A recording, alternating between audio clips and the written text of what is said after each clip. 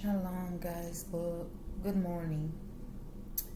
I have 1 minute before dawn in Los Angeles, so we're still good before dawn. I want to read for you 1 Samuel chapter 13, and we are talking about King Saul and the disobedience that he had. How he started well and then he disobeyed. So let's see. On 1 Samuel chapter 13, it says, from the verse 1, Saul reigned 1 year, and when he had reigned 2 years over Israel, Saul chose for himself 3,000 men of Israel. 2,000 were with Saul in Michmash and in the mountains of Bethel, and 1,000 were with Jonathan in Gibeah of Benjamin. The rest of the people he sent away, every man to his tent. So he had 2,000, Jonathan 1,000. And Jonathan attacked the garrison of the Philistines that was in Gibeah, and the Philistines heard of it. Then Saul blew the trumpet throughout all the land, saying, "Let the Hebrews hear." Now all Israel heard it said that Saul had attacked the garrison of the Philistines, and that Israel had also become an abomination to the Philistines. And the people were called together to Saul at Gilgal. So you see the crescendo of the panic. Then the Philistines gathered together to fight with Israel, 30,000 chariots and 6,000 horsemen, and people as the sand which is on the seashore in multitude. And they came up and encamped in Michmash, to the east of Beth Aven. When the men of Israel saw that they were in danger, for the people were distressed, then the people hid in caves, in thickets, in rocks, in holes, and in pits. And some of the Hebrews crossed over the Jordan to the land of Gad and Gilead. They ran away.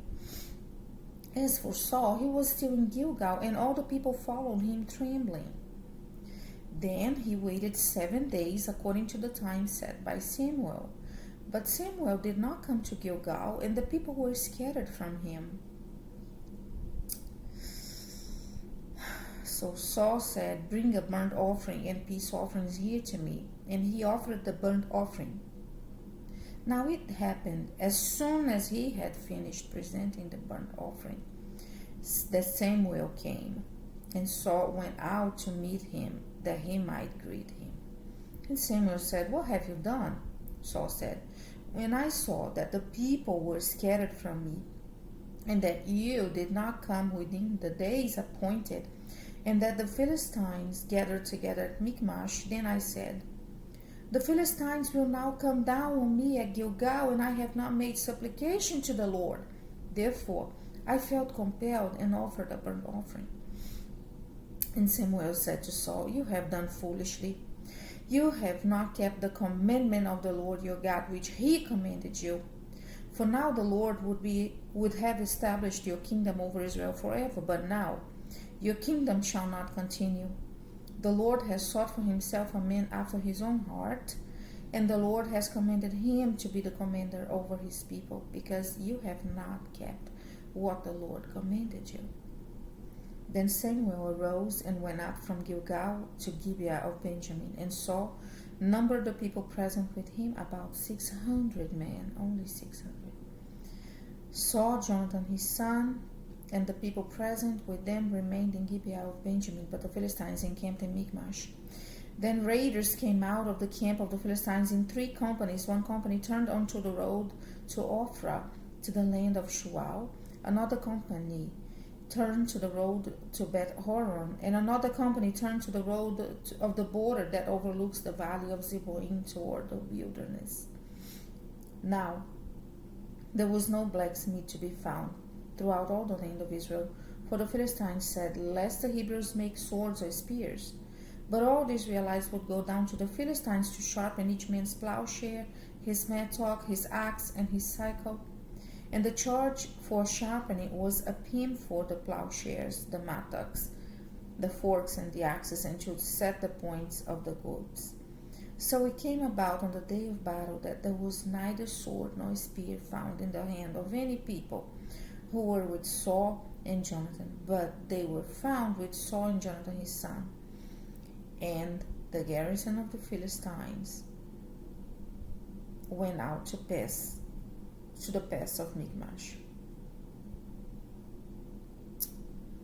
What is happening here? It's something very similar to what we are seeing in the war against Hamas. The Philistines are Hamas, right? So it's the same thing. But we're going to see in chapter 14 that they end up defeating the Philistines. Let me tell about this context of Saul. Saul had a good excuse, right? A very good excuse. The Philistines are around us. The people are trembling. You did not come. So you have 3 reasons to make a decision. The enemy is surrounding. The people are afraid. And you, the prophet Samuel, you did not show up. Let me tell you, a person cannot be a leader if they cannot communicate with God.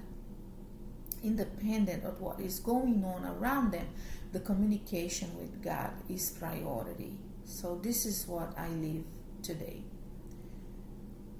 A leader is not a person that is really influenced by circumstances. As a king, Saul is not supposed to offer sacrifices. Okay? What he's supposed to do as a king is to defend the country, protect its people, and pray to God as he does that. That's his job. So it's a lot to do the job that is not ours. If something is happening, it's because God is in control. If your father, your mother, your children, your parents, your leaders, your spouses are failing you, your employers, whatever it is, the leader above you, the person that should be fighting this fight with you side by side, and they are not there, do not take their position. Talk to God. God will take their position to start. Do not offer sacrifices if you're not a prophet. Do not go out and do something that is somebody else's role to do it. Talk to God. Talk to God. And show, and the people around you, you have this strong confidence in you. That yes, you are the leader, but you ask for help for the one above you. So you are an employee for the one above you, the Creator, God Almighty. And that gives confidence to the people that we are leading. We are not, even a husband. If you are a man of God, if you pray, your family will feel more secure. Because it's not about how much you can do, how many solutions that you can find. It's about waiting for the direction from the one above. Especially when everything is so impossible. You're surrounded by enemies and everybody's trembling. It's not time to make a decision, taking up a role and taking up responsibility that is actually not yours. So anyways, because of the people in chapter 14, you can read for yourself. God operated salvation for Israel. Saul again cannot decide. Jonathan almost dies because of Saul's decision of the untiming fasting. You're going to see that if you read 1 Samuel 14. But anyways, that's the take for today. You guys have a blessed day. Shalom.